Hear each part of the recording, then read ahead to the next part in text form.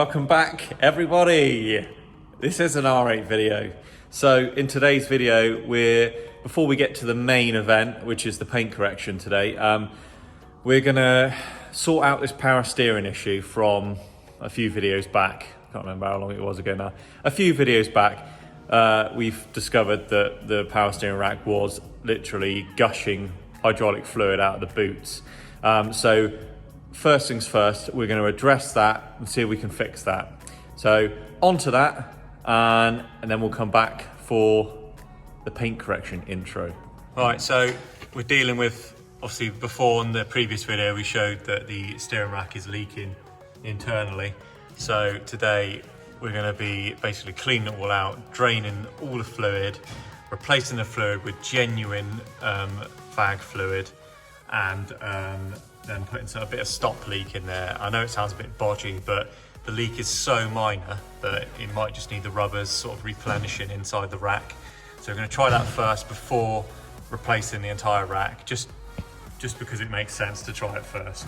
So we've finally got the tie rod off now. We're going to get it in the vise and get that nut off, and yeah, let's say clean it all out and flush the fluid through. Right, we've been doing a little bit of diagnosis here. Cleaned out the rack with brake cleaner and blew it through with air, and we've just been going left to right, just to see if anything's actively leaking, and nothing's coming out of it. So I can only assume it's a historic leak that's been there for a really long time, and yeah, it's just so gradual. You don't even notice the reservoir doesn't go down either. So I think what we're going to do, we're going to continue with the replacement of the fluid and then add in a bit of stop leak. The fluid is gold. It's actually supposed to be green. So whether or not someone's put the wrong fluid in it and it's too thin and it's getting past the seals or what, we don't know. But we can only, fix it by just putting the original proper Audi fluid in it and a bit of stop leak just to be safe. And then we're going to run it and see what happens. We'll run it for a sort of week or so, and then check the boots again and see if there's any more leakage. Right, so what we're doing here is we've removed the reservoir, unbolted it. So we're just gonna take the return off, we're gonna blank it on the reservoir, and then we're gonna put the return from the vehicle into like a barrel, bottle or something. And then we're gonna fill the reservoir with a new fluid and let the old stuff go to the barrel. It's probably the easiest way to flush a system, because we haven't got any specialist tools here. Obviously we're just gonna have to wing it. But yeah, so that's what we're gonna do now.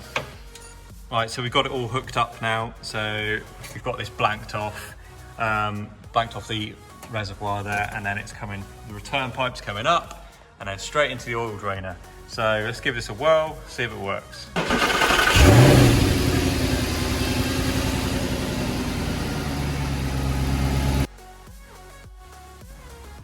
I've now got nice pure green fluid coming out, so we're going to carry on now and put the pipes back on the reservoir, put the bit of the stop leak in there, and then fill the reservoir back up.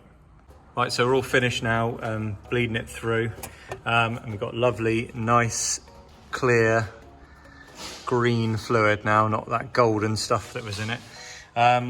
Already, it doesn't appear, we can't find any leaks at all now. The steering rack's not weeping. So I guess the new fluid and the stop leak has worked. It's done the job. But yeah, so steering's lovely and smooth, and there's no weeping now from the ends of the rack. So yeah, we had quite a lot of fluid pouring out of that neoprene bush there, or that seal. But yeah, so it's been running for about 20 minutes or so.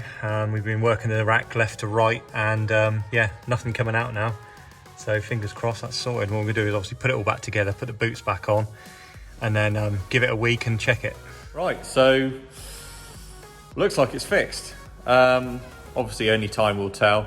What we're gonna do, like I say, we're gonna basically give it a week, put it back up on the ramp, take the boots back off, because we've just used jubilees to connect them rather than the actual clamps, like the crimped style ones that are on there originally, just so we can take them off with ease, check them, and then once we know it's all good, then we'll clamp them. It's just a waste of a clamp otherwise. Yeah, so anyway, on to today's topic, main topic, which is paint correction. So here we go. So with the power steering issue now sorted and out of the way, we can actually get on with the video, or what today's video is actually about, and that's the paint correction on the R8. So to be honest, it's really quite hard for the camera to pick up. I mean, you can see it is a little bit dirty at the moment, but what we're looking at is the sort of dull haziness that you can see with that artificial light there. And if I come around here, you might be able to see, actually, yeah, about there, look. So we've got loads of horrible little gouges all throughout the paint on the bonnet. And let's say it's a bit orange peely as well, so we can get rid of some of that. But I mean, it looks like there's plenty of plenty of lacquer to play with there. So we'll flat down a bit, do a little test patch and see what we can do.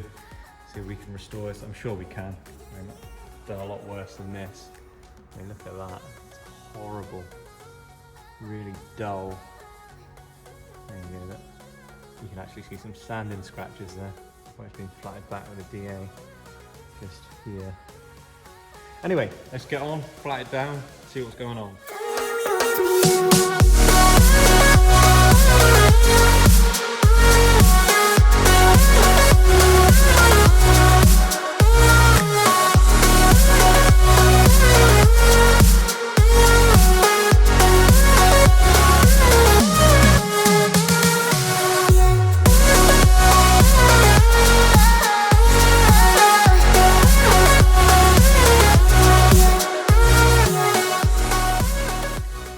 So here's a little side-by-side comparison of good paint.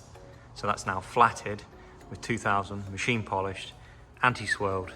Not had any coats of wax on it yet, but so good paint, bad paint. We see that there, I'll sort of zoom in a bit. So the sort of orange peel, faded, kind of horrible look to the lovely, fresh, clean, sparkly.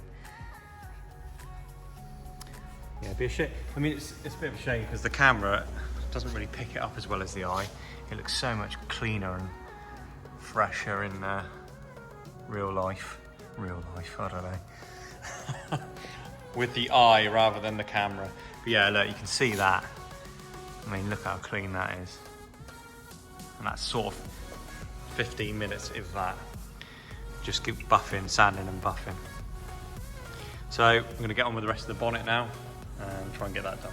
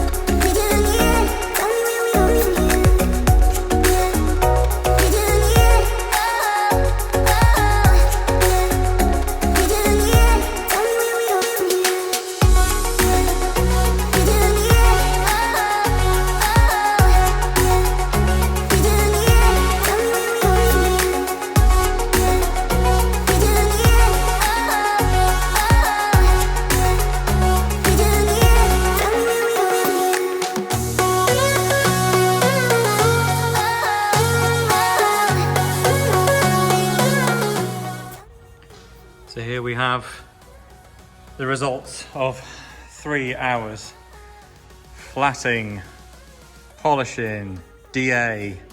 I haven't waxed it yet because we're going to get a ceramic coat done on it. Yeah, my God. So that's just one panel. That's just the bonnet. Took about 3 hours I had to stop a couple of times because the poor old polisher there got so hot I couldn't even hold it. But yes, it's a million times better. There are still some very, very small imperfections in the paintwork. It's just mainly down to bad prep.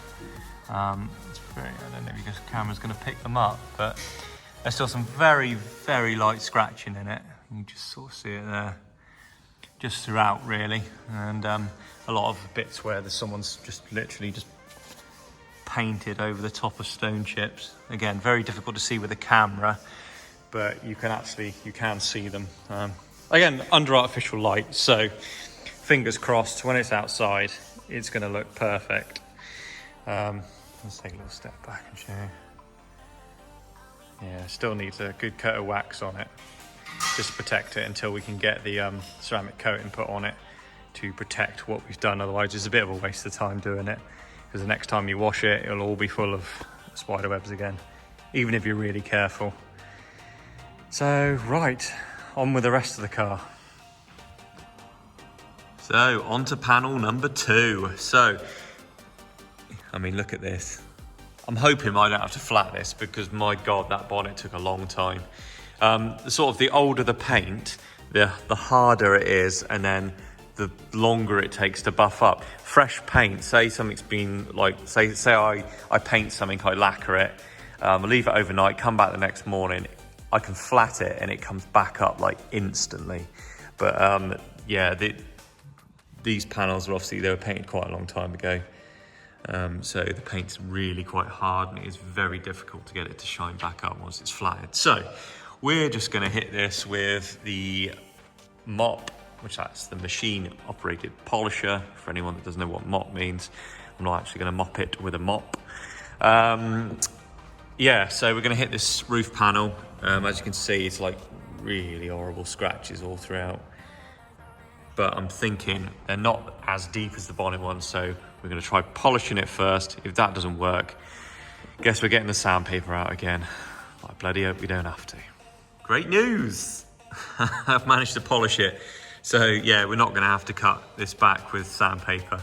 That's just a 5 minutes working over it with the machine polisher, and it's come out perfectly. You can see there's what it was. There's what it is now. And you can see this is a good panel actually to show the difference. Yeah, it's just, see how hazy it is. And now like glass. Right, we're gonna crack on and do the rest. That's the roof done. As you can see, crystal clear. That was only 20 minutes, thank God. Because yeah, like I say, after that bonnet, yeah, didn't want to do all that again. But yeah, that roof's come out absolutely perfect. Onto the door.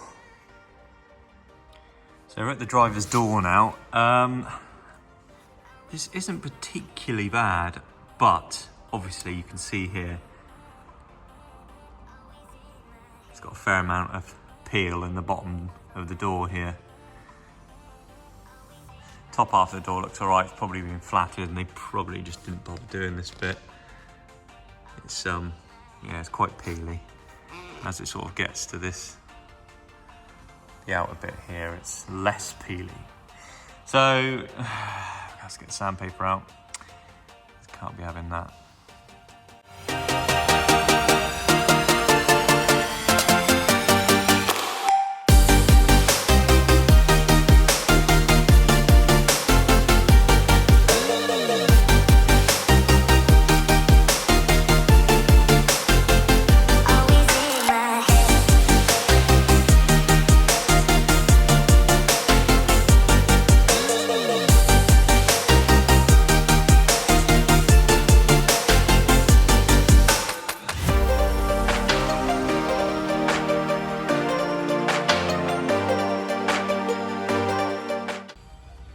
Right, so here we are.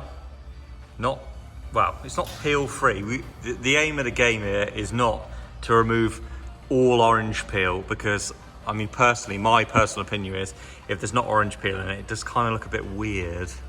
So I like to leave just a little bit of peel in it, just so it looks factory. But yeah, what we've done, obviously we've flatted all that peel out now, all that peel, but yeah, majority of it, and now it's looking absolutely lovely. Yeah, top of the door's actually all right. Top of the door's pretty good. I guess they just didn't bother flattening that section of the door when it was painted. So next up, side blades. Now the side blades, again, not too bad. They're not horrific. You can see some light scratching in there, but I think, to be honest, just running the machine polisher over those should sort that. I've had a few people ask me, when are you going to put carbon side blades on it? Well, I'm not, because how many poverty spec R8s do you see with this colour side blade on? Everyone puts carbon fibre on these, literally everyone. It's like one of the first mods people do, chuck carbon fibre all over it. You don't see any of them with this on, so that's why it's staying for the minute. You know what I'm like, I might change my mind somewhere on down the line, but for the minute, the poverty spec side blades are staying on the car. Right, I'm going to hit this quarter at the same time as the side blade, because there's no point keep stopping the video. It's probably getting a bit boring now with all these time lapses. So I'm just going to hit this panel with the polisher, because again, this, I mean, you can see there, if you look at where the light is there, look, it's just, I think it's mainly just washing scratches, but we're going to go over, I'm going to hit this panel, I'm going to hit the side blade, I'm going to hit this panel down here as well, just do it all in one go. Yeah, otherwise this video is going to get boring quite quickly. Right, that's half of it done, at least. We've done bonnet, roof, door, side blade, quarter panel, yeah, this little panel here, this little panel here. So yeah, I reckon it could still do another going over with the DA. That's just to remove any hazing. You can still see there's a bit of hazing there. And very light scratches that the machine polisher can't get out. Because the dual action one, it's the mop or machine operated polisher spins, which is great for cutting, but it does leave, as you can see, look at that there, you see that? It's like a hologram, what we call holograms and swirls. So we'll leave that in, but the dual action, the DA, sort of oscillates like that, and it works out with the assistance of a slightly different polish. It works out those swirls and hazing. So I'm probably going to hit it with that and then carry on with the other side, which I won't bother filming because I think we've got enough content now to make a video. Otherwise, like I say, it's just going to be utterly boring when it's just the same time lapse, me flattening down something, blah, blah, blah. So yeah, we're going to do that. And I am going to give it a wax, even though it's going to go for a ceramic coating, because I just want to help protect it, because I don't want to have to go through all this again, because I'm not even sure when we're going to get it ceramic coated. So I just need something on that paint just to protect it until we can get that ceramic coat put on there. So it's wax time. So these are the 3 waxes. Actually, there is 4. Normal one I use is something called Jet Seal, and that's by Chemical Guys as well. Jet Seal is actually really, really good. It does last probably, don't know, 3-4 weeks. The Autoglym high definition wax, that's got a pretty long life as well. So I've sort of put them in order of how long they last. So this one, I would use this, but I don't think there's enough in there to do the car. So we're going to be using the R222 today to wax this. It's really easy to put on, and it does last maybe a couple of weeks, but like I say, it's not as good as the Jet Seal. And the butter wax looks great, but only lasts maybe a week or so. And that's a really nice looking wax, but it just doesn't last. So we're going to go with the R222 because, like I say, I haven't got any Jet Seal left. If you haven't used Jet Seal, actually it's probably a bit out of date now, considering you can get all these ceramic waxes now. It's not a ceramic wax. So yeah, it's probably like in today's, I mean, I think it's probably about a good couple years ago that I used that. So by today's standards, it's probably way behind. So yeah, you're better off with like a ceramic wax or something, but I haven't got any of those. So we're going R222, looks great, lasts a couple of weeks, which is good enough for me.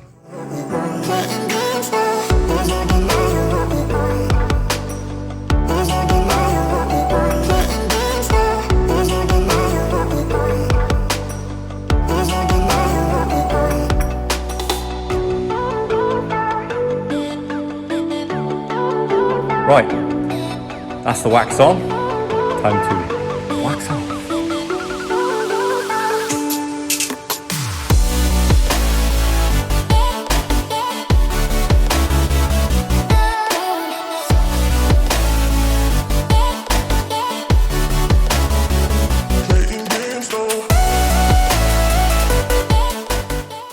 Now look at that.